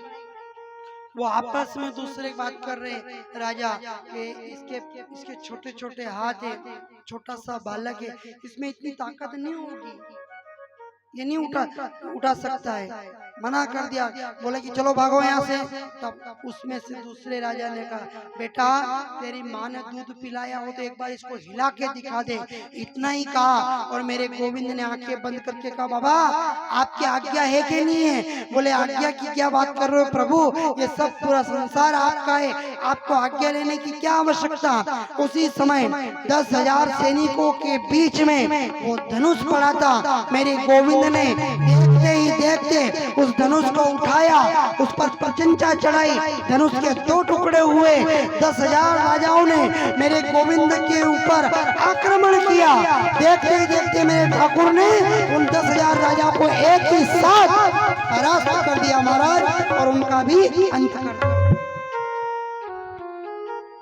ये खबर वहीं चली रही है सबों क्या, जहाँ मथुरा के सिंहासन पर बैठा है मामा कंस और उसकी सेना चतुरंगिनी सेना बैठी है, और दूसरी तरफ यादवों की सेना बैठी, बीच में 10,000 पहलवान चाणूर और मुष्टिक नाम के बैठे हैं, और इधर ये सारी बातें सुन रही है। उसने रंगरेज को मार दिया, उसने 10,000 राजाओं को मार दिया।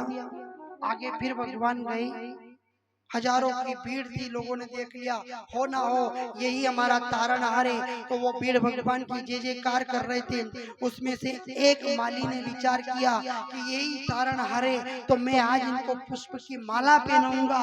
वो भीड़ के अंदर खड़ा बेटा बेटा विचार कर रहा, आंखों में अश्रु की धारा है कि मुझ जैसे माली और मुझ जैसे गरीब को वहां तक कौन पहुंचने देगा।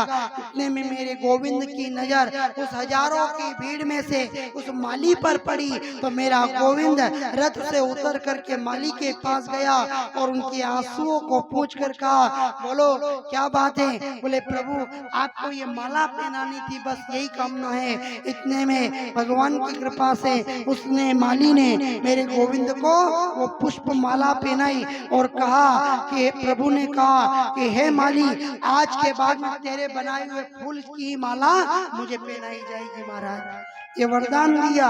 इतने में आगे एक कुब्जा चंदन का लेप लगाने के लिए कंस के दरबार में जा रही थी। उस कुब्जा के उस चंदन की सुगंध मेरे गोविंद को पास आई। मेरा गोविंद उस कुब्जा के पास गया और कहा, देवी इतनी सुंदर, इतनी प्यारी और इतना प्यारा सुगंधित चंदन मुझे तेरे पास खींच के लिया है। भगवान ने कहा तू कितनी सुंदर है, कितनी प्यारी है। अब आप उपजा जाने हो कि आपने कारा कठा सुंदर भी नहीं है, बूढ़ा हो गया, बाल सफेद है, कमर थी चलाए नहीं, कमर भी टूटी हुई है। नहीं ये अपने को कह रहा है कि सुंदर, मतलब ये अपने को मक्खन लगा रहा है। वो भी समझती है इस बात को। अब बताओ भगवान स्वयं कह रहे और वो मान नहीं। वो कह रहे नाना मैं जानती हूँ तेरे जैसे तो मैंने उम्र निकाल दी बच्चों की, तू मेरे को मक्खन लगाने आया है। मैं कमर से टूटी हुई हूँ, बूढ़ी हूँ, कुब्ज की बीमारी है, बाल सफेद है, चलाया नहीं जाए, आंखों पे झुर्रिया है, चेहरे की आभा फीकी पड़ी है, और तू मुझे मुझे मुझे सुंदर कह रहा है। भगवान ने कहा सुंदर नहीं हो तो क्या हो।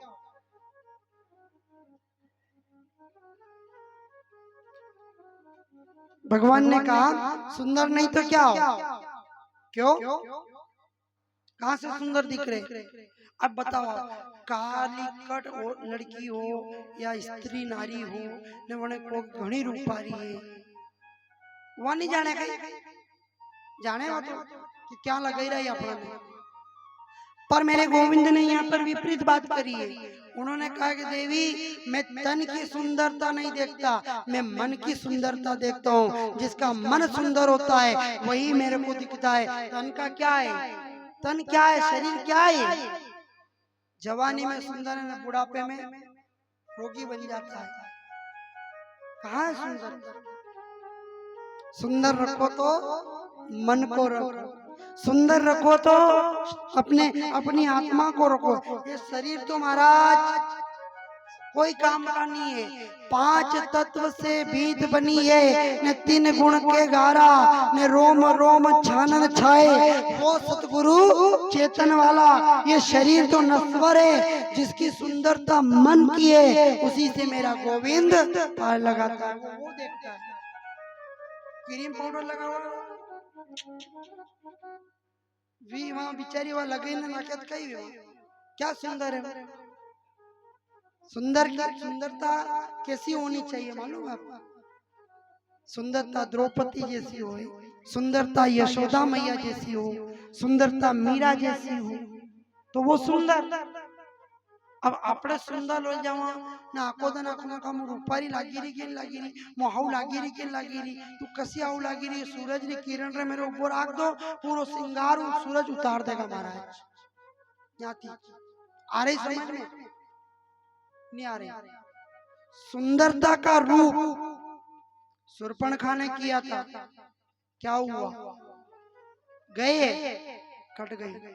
सुंदरता ताड़का ने करी थी, क्या हुआ, निपट गए महाराज। ध्यान रखना, सुंदर हो तो अहिल्या जैसे, सुंदर हो तो सबरी जैसे, सुंदर हो तो कर्मा जैसे, जिनके साड़ी भी फटी नहीं पाउडर न वाउडर न कहीं भी नहीं मिलता, तो भी क्या दिव्य चमकती महाराज, इतना तेज था। भगवान कह रहे ये शरीर से कोई लेना देना, तू बड़ी सुंदर, तेरा मन सुंदर है और तेरे मन को देखा है देवी, ये मन जितना सुंदर मुझे भाग गया। इसलिए ध्यान रखना, मनुष्य का सबसे बड़ा अगर सुंदरता का आभूषण है तो क्या है? उसका चरित्र।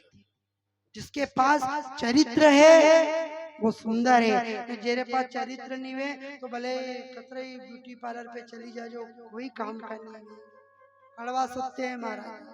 इसलिए भगवान के सामने अपने चरित्र को और अपने मन को पवित्र सुंदर रखे। कुब्जा के कूप को मिठाया, कुल्या पीढ़ी हाथी को मार गिराया, चाणूर मुष्टि के उस पहलवानों की भरी सभा के अंदर जाकर मेरे गोविंद खड़ा हो गया। कंस ने कहा क्या ये दोनों बालक वही है? बोले हाँ ये वो बालक वही है। उन बालकों से कहा तुम इन पहलवानों से लड़ो और लड़ने के बाद में तुम मुझसे इनाम प्राप्त करो। भगवान के हम छोटे छोटे बालक हैं, कहाँ से लड़ेंगे महाराज? हम तो नन्हे से बालक है, हम इन पहलवानों से थोड़ी लड़ सकते। तो कंस ने कहा कि यदि तुम इनसे नहीं लड़ते हो तो ये बताओ कि 7 कोस का गिरिराज तुमने अपने नक में कैसे धारण कर लिया, ये बताओ। तो भगवान कहते वो हमने नहीं किया महाराज। क्यों? किसने किया? 7 दिन से हमने तो सुना कि तुम नहीं किया। बोले वो हमने नहीं किया, वो तो कछु माखन को बड़ भयो है, न कछु गोपियन को साय, न कछु राधा जी के प्रेम से गोवर्धन लियो उठाए। केवल प्रेम की शक्ति से मैंने उठाया है महाराज, इधर हमारी कोई विसाद नहीं। अच्छा, तो कंस ने कहा कि तुमने कितने अकासुर, बकासुर, कागासुर को मारा, धेनुकासुर को मारा, यहाँ तक कि कालिया नाग पर तुमने नृत्य किया, ये सब किसने? मैंने सुना ये गलत है। बोले कि नहीं महाराज ये भी हमने नहीं किया। मेरा भगवान कह रहा है ये भी मैंने नहीं किया। फिर ये मात यशोदा का प्रेम भरा ने बाबा आनंद के दुलार, राधा जू की प्रेम से कालिया के नृत्य पे नाच, मैंने कालिया के नृत्य पे फन पे नाच किया महाराज, ये भी हमारी कोई विसाद नहीं। अच्छा, फिर भी तुम्हें लड़ना पड़ेगा। क्या यहाँ तुम्हारा किसी का प्रेम नहीं है? क्या तुम्हारे माता पिता नंद बाबा और यशोदा ने इतनी शक्ति प्रदान नहीं करी जो तुम इन चारों मुष्टि के पहलवानों से लड़ सको? भगवान ने कहा माता पिता तक मत जाना हो, बाकी सब कर लेना। उसी समय भगवान ने माँ बाप तक की बात आई तो अपने मोर मुकुट को उठा करके अलग रख दिया, हाथी के दांत को अलग रख दिया महाराज, और भगवान ने अपनी धोती को कमर पर बांध करके पीताम्बर को अलग रख करके जो वो मैदान में उतरे, चाणूर नाम का पहलवान जब भगवान के ऊपर आक्रमण करता है, इतने में मुष्टिक नाम का पहलवान भी मेरे भगवान के ऊपर उस रंगशाला में आक्रमण करे। देखते ही देखते 10,000 पहलवान एक साथ जब मेरे गोविंद के ऊपर आक्रमण करते हैं तो बलराम जी ने विचार किया कि एक को देखकर 10,000 राजा आज मेरे भाई के ऊपर आक्रमण कर रहे हैं। इतना ही सोचते दाऊ भैया भी मैदान में कूद जाते हैं और दोनों ही भाई 10,000 पहलवानों को, चाणूर मुष्टि के पहलवानों को सहित उनको यमपुरी पहुंचा देते हैं महाराज। इतने में कंस घबरा जाता है। घबराते हुए कंस ने अपनी सेनाओं को आदेश दिया इन दोनों बालकों को यही इसी धरती में दफना दो और इनको जिंदा मत छोड़ो। जब 10,000 पहलवान एक साथ, 10,000 राजा एक साथ मेरे गोविंद के ऊपर आक्रमण करे, यादव की सेना भी आज मेरे गोविंद की रक्षा करने के लिए उन सेनाओं पर आक्रमण करते हैं महाराज। और इधर मेरा गोविंद बलराम जी के हाथ पर अपना पांव रख करके जैसे ही छलांग मारता है तो कंस के पास पहुंच जाता है और कंस से कहता है कि हे महाश्री अब भी समय है, सारे धर्म को छोड़ दो, मेरी शरणागत हो जाओ, मैं हर पाप से मुक्ति दे दूंगा, तू मेरी भक्ति में खो जाओ, अभी भी तुम्हें समय है। दुष्ट पापी कंस कहता है कि अरे पापी ये बता कि तू है कौन जो मुझे मारने के लिए आया? तब मेरा गोविंद कहता है अरे मामा जी मैं कौन हूँ, पहचानो मुझे, आज मैं इस धरती को पाप से रहित करने को आया हूँ, तुझ जैसे दुष्ट को इस धरती को हल्का करने आया हूँ। हाँ मामा कंस, मैं ही देवकी का 8वां पुत्र आज तेरा काल बनकर तेरे पास आया हूँ। इतना ही कहते कंस के केश को पकड़ करके उच्च सिंहासन से मेरा गोविंद घुमा करके धरती पर पटके और एक ही प्रहार में कंस का नाश कर देता है। महाराज बोलो कृष्ण कन्हैया लाल, द्वारकाधीश की। जो कंस का साथी बेगा भी ये नहीं बोलेगा, ठीक है नहीं? बोलो द्वारकाधीश की, सांवरिया सेठ की, चार भुजानाथ की, भक्तवत्सल भगवान की, कर्णावतार भगवान की, नंद के नंदन लाल की, यशोदा के लाला की, बाके बिहारी लाल की। मर गया तो विवेकानंद में कल जिंदो तो अपना डिस्टर्ब कर रहा था, कहीं न कहीं रूप में बैठो तो रे माला फेरे हो, कथा बिगड़े, कथा हवनी वेणी ई हड़का पे को महाराज हो, चिंता मत करो। बोलो सच्चिदानंद भगवान की। कथा सुखदेव जी सुनाते हैं, मथुरा के अंदर धर्म की स्थापना कर दी मेरे गोविंद ने और माता पिता को जीवन दान कारागार से मुक्त कर दिया। माता पिता को कारागार से मुक्त किया, उग्रसेन जी को पुनः राज्य सिंहासन पर बिठाया, भगवान को सांदीपनि उज्जैन नगरी में आकर के गुरु विद्या प्रदान करी। 64 दिन में 64 विद्या 16 कलाओं से परिपूर्ण हुए मेरा गोविंद, और वहां से पुनः मथुरा के अंदर आ जाता है। ठीक है, इधर मथुरा के अंदर एक दिन मेरा गोविंद बैठा बैठा सारे वृंदावन वालों को याद करता है। याद देखो याद किसकी आती है? जो अपने होते हैं। अपने नहीं होते उनकी कोई याद नहीं आती। आया गया न रही गया। वो सुना था ना कल, क्या सुना था? आई गया न बही गया न जही गया। वो अपने वाले की बात अपनी होना चाहिए। आज भगवान के सारे वृंदावन वाले अपने हैं महाराज, और जब वो अपने हैं ना तो मथुरा में बैठ करके आज गोविंद उनको याद कर रहे हैं। उद्धव जी महाराज आए, उनको पत्र लिखा, जाओ जाकर वृंदावन में लोगों को बोलना कि मुझे तुम्हारी बड़ी याद आ रही। उन्हें समझाना। उद्धव ज्ञानी था, विद्वान था और बड़ा चतुर भी था, ब्रह्मा जी का पुत्र था। रथ पर बैठ करके उद्धव जी महाराज वृंदावन में गए। नंद बाबा और यशोदा को समझाते हैं, कृष्ण राजा बन गया है, वो राजकुमार है और वो राजकाज में अपने काम में व्यस्तता रखता है, उसको भूल जाओ। यशोदा मैया के ठीक है भूल जाएंगे, कोई बात नहीं, जाओ पहले गोपियों को समझा दो, अगर वो भूल जाती हो तो मैं अपने लाल को भूल जाऊंगा। ज्ञान गोपियों के पास गए,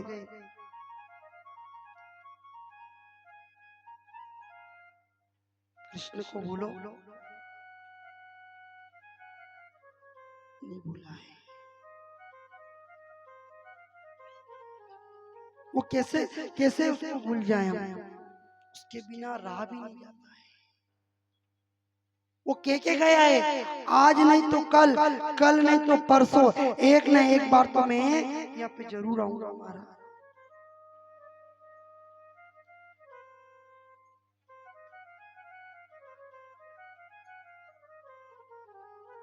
नहीं भूला है।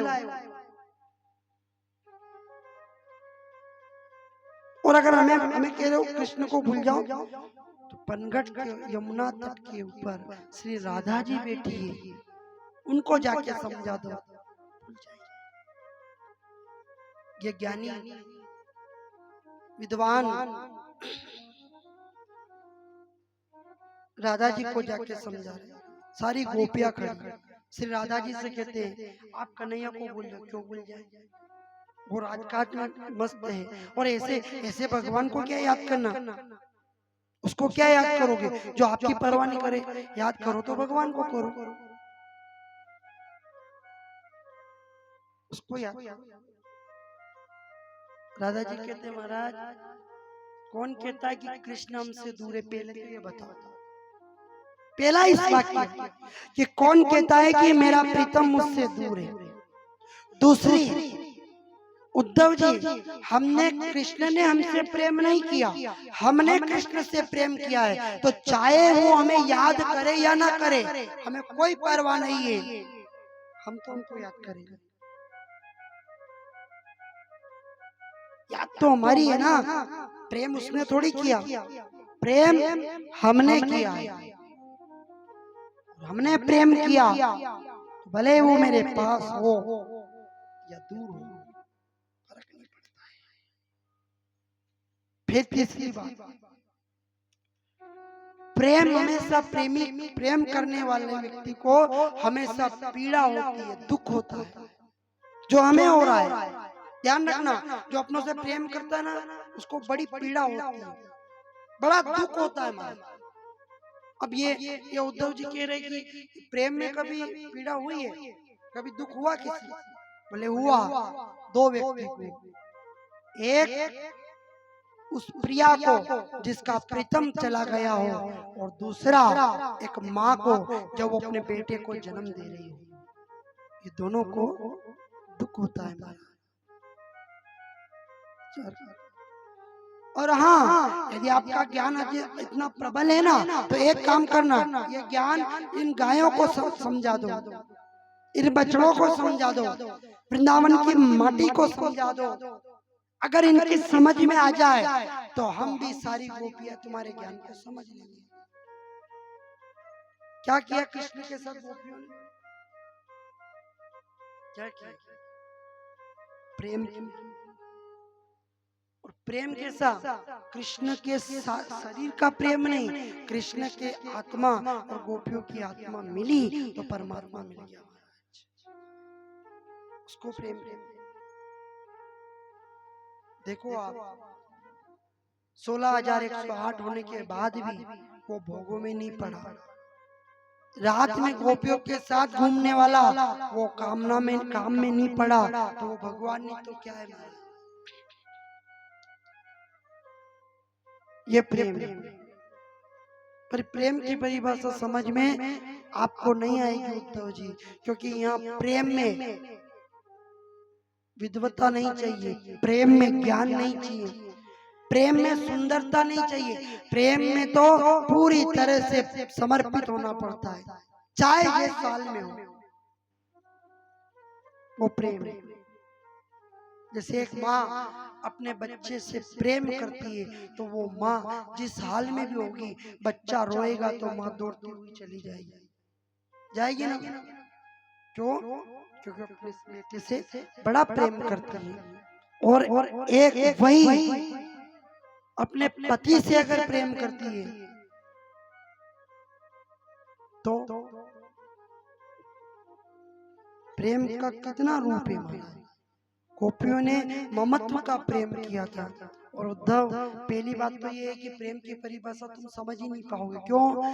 क्योंकि यहाँ पे तुम्हारे बस की बात नहीं है महाराज, ये तो प्रेम की बात है उद्धव, बंदगी तेरे बस की नहीं, यहाँ शरद के होते सौदे, आशिकी तेरे बस की नहीं। ये तो प्रेम की बात है उद्धव, ये तो प्रेम की बात है उद्धव, बंदगी तेरे बस की नहीं है, यहाँ सरदे के होते हैं सौदे, यहाँ सरदे के होते हैं सौदे, आशिकी इतनी सस्ती नहीं है, ये तो प्रेम की बात है उद्धव, ये तो प्रेम की बात है उद्धव।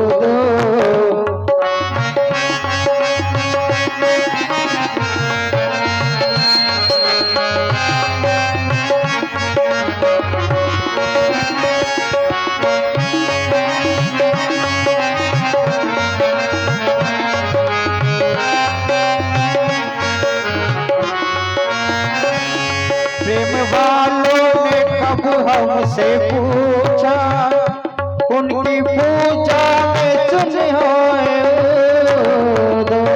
प्रेम वालों ने कब हमसे पूछा, उनकी पूजा में सुन ले दो। यहाँ दम दम में होती है पूजा, यहाँ दम दम में होती है पूजा। सर झुकाने की फुर्सत नहीं है, ये तो प्रेम की बात है वो तो, ये तो प्रेम की बात। भगवान सावरिया सेठ की जय हो, चार भुजानाथ की जय हो। उद्धव जी वहां से खाली लौट आए और भगवान द्वारकाधीश ने अपनी आगे की लीला बढ़ाई। महाराज जरासंध नाम का असुर मथुरा पर आक्रमण करता है। एक बार तो भगवान ने क्षमा कर दिया, पर बलराम जी कहने लगे कि तू बार बार क्षमा करता है, इसको यही मार दो। भगवान ने कहा मारना नहीं, वीणी वीणी लाई रो यहाँ सुना आज मार दूंगा आप ही, क्या हो जाएगा धरती पे महाराज राक्षसों को, इसलिए यही मार देंगे।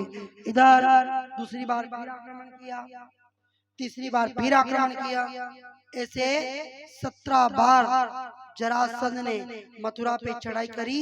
18वीं बार में भगवान ने निर्णय किया कि आप सारे मथुरा वाले जो माया में पड़े उनको मथुरा में रहने दो, और जो मेरे भगत है उनको दूसरे स्थान पर पहुंचा दो। तो क्या करे, विश्वकर्मा को बुलाया और समुद्र के किनारे विश्वकर्मा ने एक सुंदर सी नगरी बनाई जिसका नाम द्वारिका रखा महाराज। और उस नगरी के अंदर कभी भी किसी बात की कोई कमी नहीं रहे महाराज। ऐसा देवताओं ने वरदान दिया। आधी रात को जरासंध यवन देश के राजा काल यवन को लेकर के मथुरा पे चढ़ाई करने आया। आधी रात को मेरे गोविंद ने योग माया के द्वारा भगवान के जितने भगत थे उनको द्वारिका में स्थापित कर दिया, और जो माया के वशीभूत थे वो मथुरा में रह गए। मेरे गोविंद बलराम जी के साथ में सुबह की पहली किरण के साथ जरासंध के सामने चले जाते हैं महाराज, और जरासंध को युद्ध के लिए ललकारते हैं। इधर जरासंध के इस बार मैं तुमसे नहीं लड़ूंगा, इस बार ये यवन देश का राजा काल यवन लड़ेगा। इसने महादेव से वरदान प्राप्त कर रखा है कि इसको धरती पर कोई भी नहीं मार सकता है। इतने में मेरे गोविंद ने कहा ठीक है कोई बात नहीं, अपन दोनों अलग जाके लड़ेंगे। क्यों? क्योंकि यहाँ लड़ेंगे तो तुम्हारी सेना मुझसे पीछे से मुझ पर आक्रमण कर देगी, तो अपन आगे जाके लड़े। तो यवन के राजा काल यवन को आगे ले गए मेरे गोविंद। इधर बलराम जी सारे जरासंध की चतुरंगनी सेनाओं को अपने हल से खींच करके उनके मुंह ऊपर मुसक नाम के अस्त्र से मार मार के उनका अंत करते हैं। और इधर मेरा गोविंद दूर ले जाकर के एक गुफा में जाकर के अंतर ध्यान हो जाते हैं। अपना पिताम्बर मेरा गोविंद मुचुकुंद नाम का एक राजा था उसको पहना देते हैं और वहाँ अंतर ध्यान हो जाते हैं। और इधर जैसे वो काल यवन उस गुफा में आता है तो मुचुकुंद को भगवान समझ करके जब उनको अपने पैरों की ठोकर से जगाते हैं तो महाराज मुचुकुंद की आंखें खुलती है। खुलते ही मुचुकुंद राजा यवन उस काल यवन को जला करके भस्म कर दे। भगवान मुचुकुंद के सामने प्रकट हो जाते हैं और उनको वरदान देते जाओ तुम जाकर के नर्मदा किनारे मेरा तपस्या करो, मेरा तप करो। तप करने के बाद में जब तुम्हारी तपस्या पूर्ण होगी तो तुम्हें मैं शाश्वत धाम की मुक्ति प्रदान करूंगा। ऐसा कह करके मेरा गोविंद वहां से चला जाता है। सुखदेव जी कहते हैं कि मथुरा के जितने भी राक्षस थे उन सबको मार करके जरासंध से अपनी दृष्टि हटा करके दोनों भाई अंतर ध्यान हो गए। तो वहां पर मेरे गोविंद का नाम रखा गया। बोलो रणछोड़ लाल की। ये दोनों भाई द्वारिका में आते हैं और द्वारिका में कृष्ण बलराम आते हैं। सारे देवता लोग भगवान की जय जयकार करते हैं। यक्ष नाग किन्नर गंधर्व नृत्य गान करते हैं, दुमदुमी नगाड़े बजाते हैं, फूलों की वर्षा आकाश मार्ग से होती है और भगवान द्वारकाधीश की जय जयकार करते हैं। बोलो द्वारकाधीश की, सामरिया सेठ की, चार भुजानाथ की। दोनों को प्रवेश करते हैं। यहाँ से मेरे गोविंद की यात्रा राजनीति की तरफ चली जाती है। महाराज बलराम जी और द्वारकाधीश दोनों बैठे, दोनों अपने कक्ष में बैठे। ब्रह्मा जी के पास में रेवत नाम का राजा अपनी बेटी रेवती को लेकर के गया था। वो कब गया था? सतयुग में। और थोड़ी देर रुका, द्वापर युग आ गया। ब्रह्मा जी ने मार्ग बताया, तेरी बेटी का विवाह बलराम जी के साथ कर दो महाराज। द्वापर युग प्रारंभ हो गया और बलराम जी द्वारिका के अंदर बैठे। वहीं से रेवत राजा रेवती को लेकर द्वारिका में आए।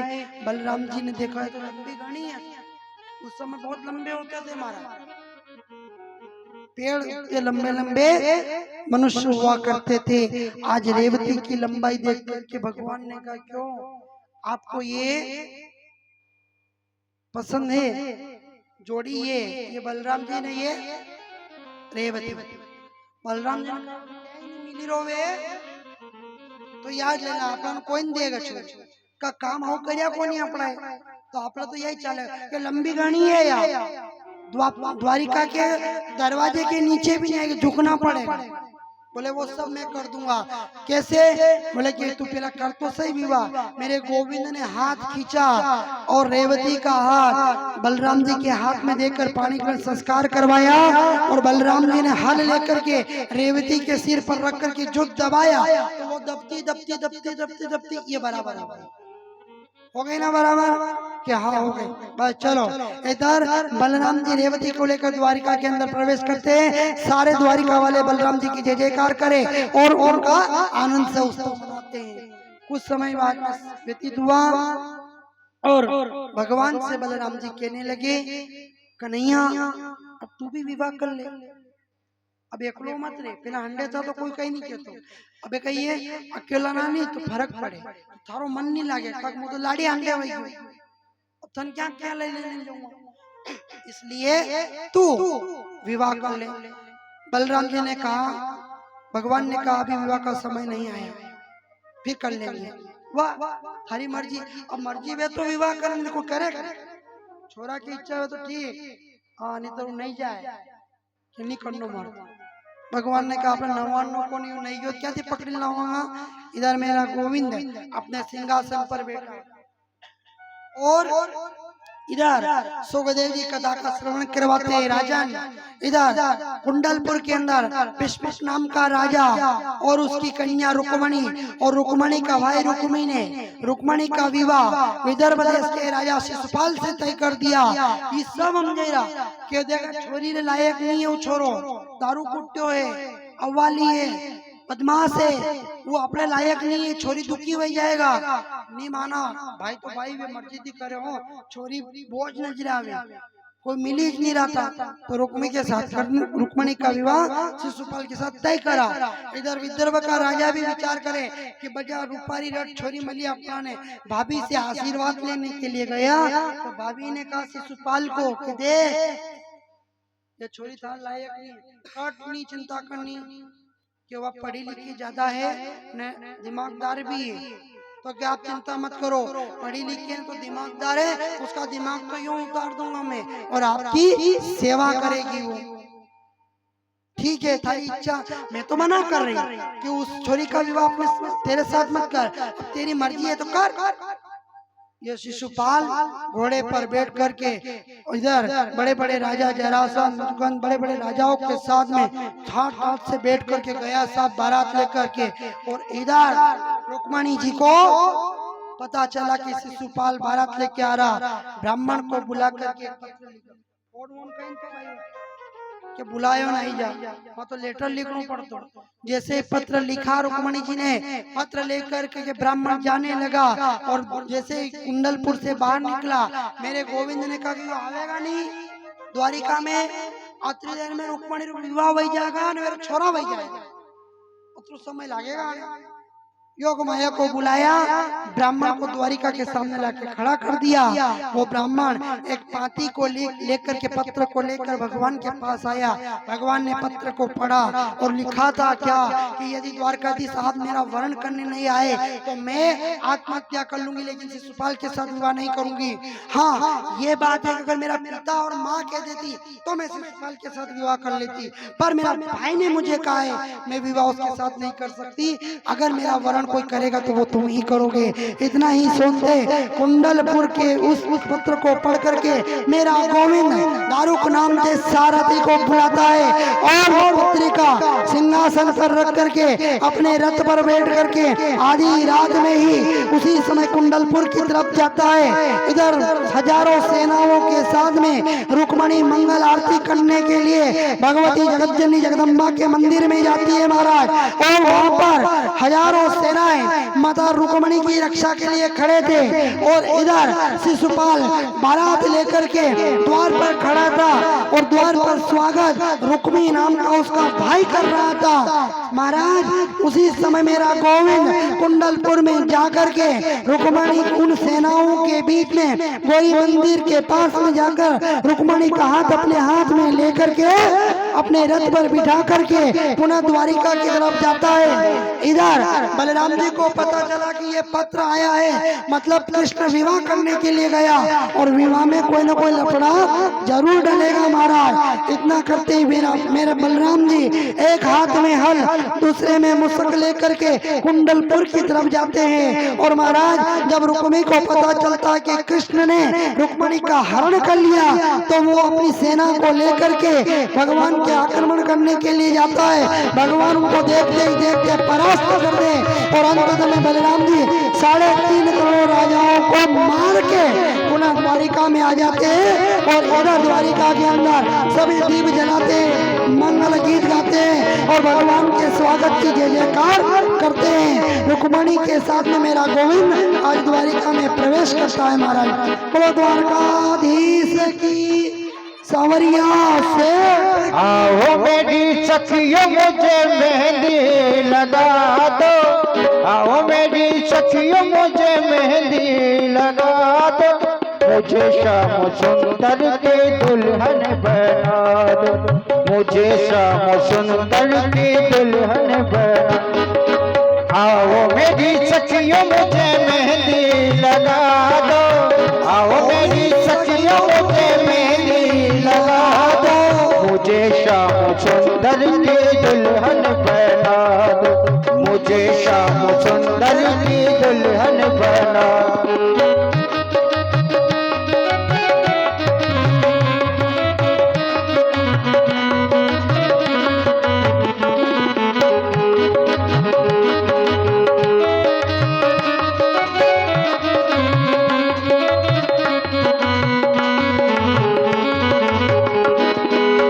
सत्संग ने हमारी बात चलाई, सतगुरु ने हमारी की है सगाई, सत्संग में हमारी बात चलाई, सतगुरु ने हमारी की सगाई।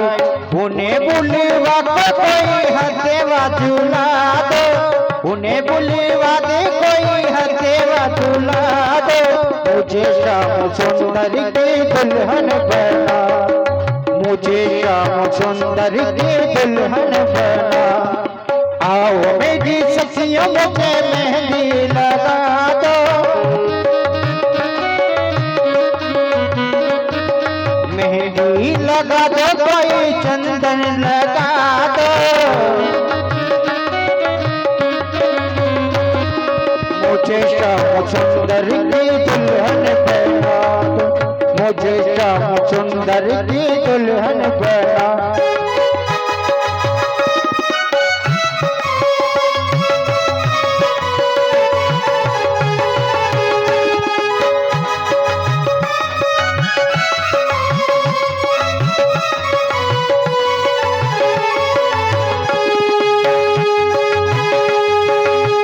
ऐसी ओढ़ो चोनर रंग में, ऐसी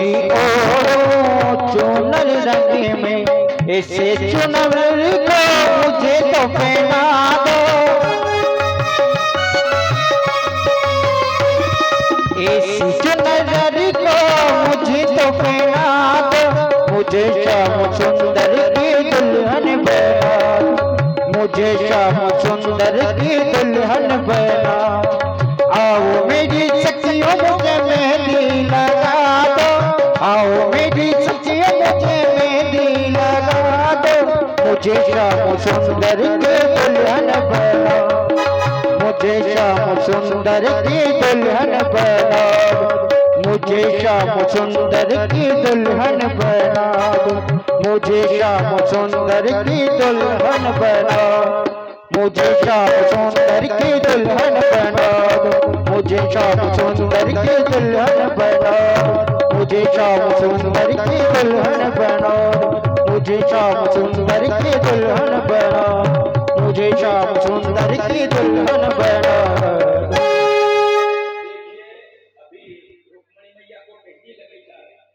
मेहंदी लगा रहे हैं सब। आज आप और हम सब कहाँ बैठे हैं? कुंदनपुर में। आज अपन विवेकानंद के मंदिर में नहीं है, कुंदनपुर में बैठे हैं, क्योंकि लड़की अपने यहाँ की है, कुंदनपुर की। खानो तो आयो है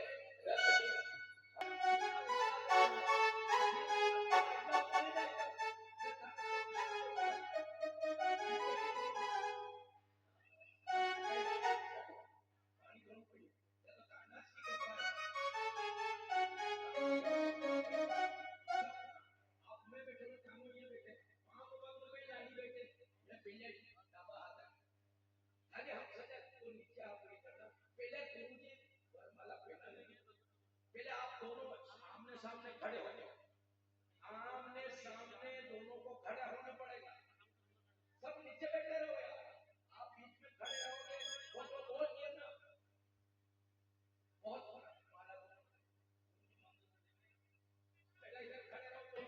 श्री राधे, दोनों को खड़ा करो, आमने सामने रखो, इधर ऐसे मोड़, बिल्कुल इधर। बहारो फूली बरसा हो,